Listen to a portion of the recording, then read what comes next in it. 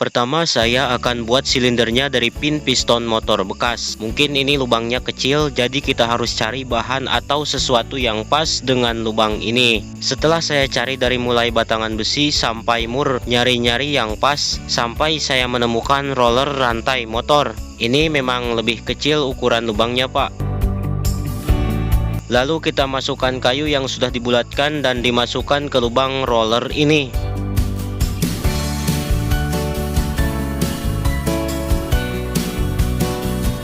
Cuman kayunya harus ada lebihnya atau menonjol seperti ini, karena ini untuk lubang pin batang engkol. Pin itu semacam batang atau pemaku untuk menghubungkan antara batang engkol dengan piston. Kemudian bagian tengah kayu ini kita belah dan juga harus dilubangi di dua sisi antara belahan tersebut. Terus untuk pinnya saya gunakan dari kawat gantungan baju. Juga untuk batang engkolnya harus dibuatkan lubang di bagian ujung untuk pin tersebut. Karena pistonnya kecil, maka jika kita buat lubang seperti ini kegedean, Pak. Kecuali pistonnya gede, gak masalah. Maka dari itu saya akan buat lubang dengan cara menggepengkan dua bagian ujungnya.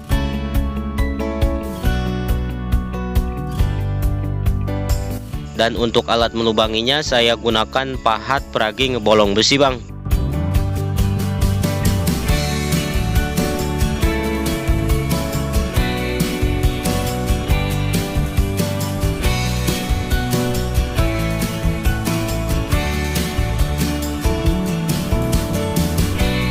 Selanjutnya untuk bagian ujung silinder kita masukkan kayu yang sudah dibulatkan.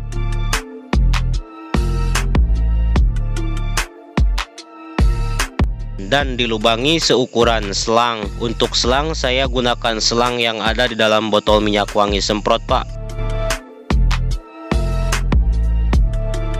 Lalu dimasukkan ke lubang kayu tersebut dan dilem-lem. Kemudian kita buat katup dan silindernya. Untuk katup saya buat dari apa ini namanya? Semacam kunci pintu lah.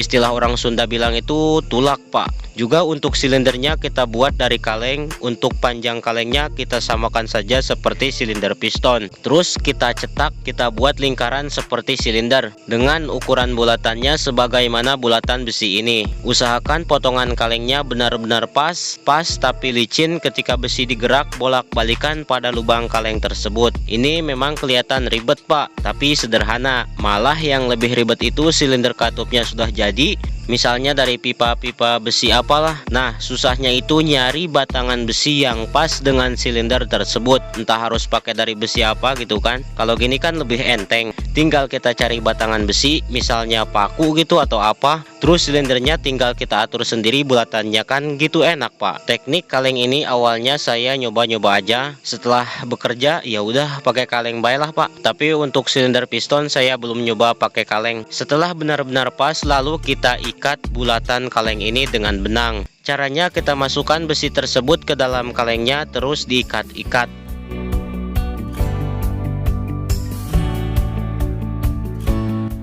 Setelah selesai diikat dan dilem, kita gini-gini dulu besinya untuk memastikan licin apa enggaknya. Ini harus benar-benar licin loh, Pak. Kalau misalnya agak kesat, ya diusahain lah supaya bisa licin. Misalnya digosok-gosok seperti ini atau diputar-putar. Setelah pakunya sudah benar-benar licin, langkah selanjutnya adalah membuat katupnya. Caranya besi tersebut kita potong dulu. Untuk panjang besi ini ya kira-kira sepanjang silindernya lah, atau lebih juga tidak apa-apa.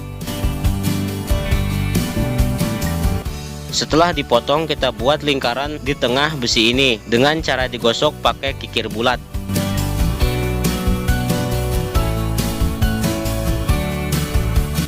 Kemudian kita gosok lagi di bagian pinggir yang ini sampai ke ujung besinya.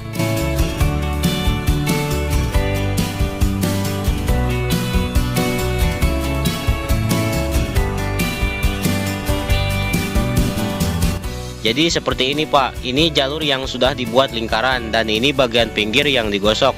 Cuman harus disisakan seperti ini. Posisi penggosokannya jangan mengenai jalur lingkaran ini. Apa yang dimaksud? Ini adalah pemisah antara asupan uap dan pembuangan.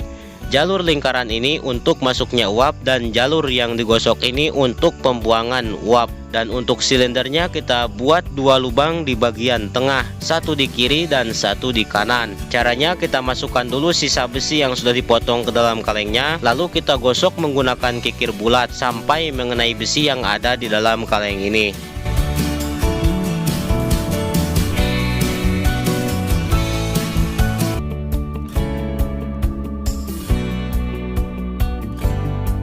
Lalu kita buat kepala penghubung di belakang katup ini. Caranya kita gosok dulu di kedua pinggir besi ini. Untuk posisi penggosokannya harus sejajar sebagaimana gosokan yang ini. Contohnya kalau yang digosok di sebelah sini berarti kita gosok juga di sebelah sini. Cuman penggosokannya kanan kiri. Terus kita buat kepala penghubung tersebut kita buat dari kaleng atau aluminium yang sekiranya bisa dipotong-potong pakai gunting.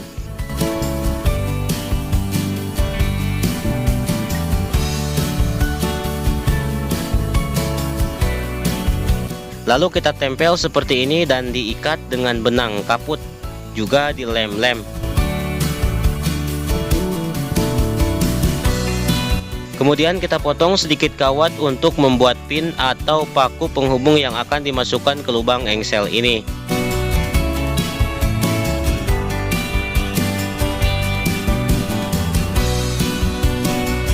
Dan kita buat lagi batang engkol untuk katup ini, cuman untuk lubang kita buat satu dulu karena nanti akan disetting dulu dengan poros engkol. Kalau langsung dibuat dua lubang takutnya kepanjangan atau kependekan.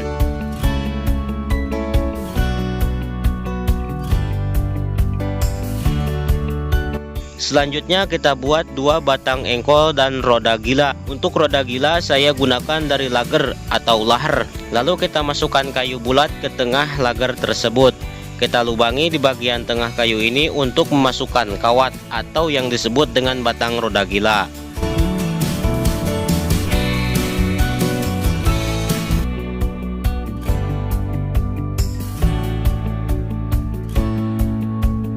Juga kita buat dua engkol, satu untuk engkol piston dan satu lagi untuk engkol katup.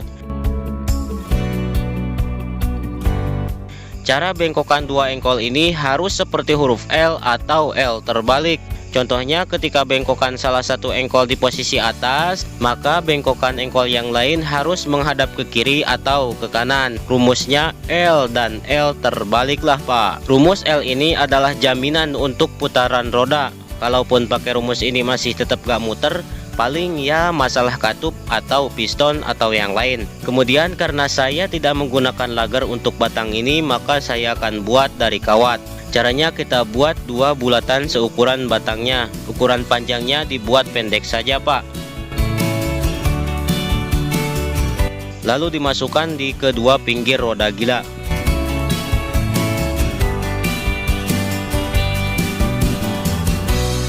Setelah itu siapkan dua potongan kayu, lalu kita kasih lubang satu persatu di dua kayu tersebut.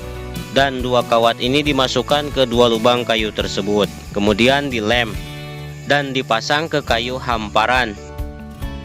Setelah sekiranya sudah sempurna putarannya, lanjut membuat selang di salah satu lubang silinder katup. Caranya kita siapkan semacam selang seperti ini, atau misalnya selang yang dipakai oleh para pekuli bangunan untuk mengukur keseimbangan. Selang apa itu? Yang diisi air gitu Pak. Kalau selang ini saya bekas kabel. Lalu kita gunting seperti ini dan ditempel ke salah satu lubang silinder. Dilem, diikat, atau diapalah, yang penting kuat dan jangan bocor. Lalu kita gunting lagi selang untuk lubang yang ini.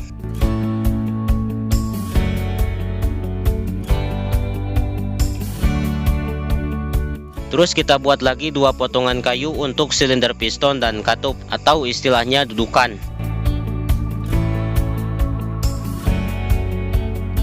Pertama kita atur dulu posisi letak silinder antara bolak-baliknya piston dan engkol agar pistonnya tidak menabrak penutup silindernya. Kalau sekiranya sudah pas dan gerakan putarannya sudah sempurna, lalu kita dilem-lem dulu.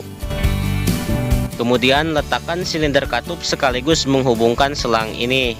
Itulah mengapa jangan dulu dihubungkan karena takutnya kepanjangan atau kependekan.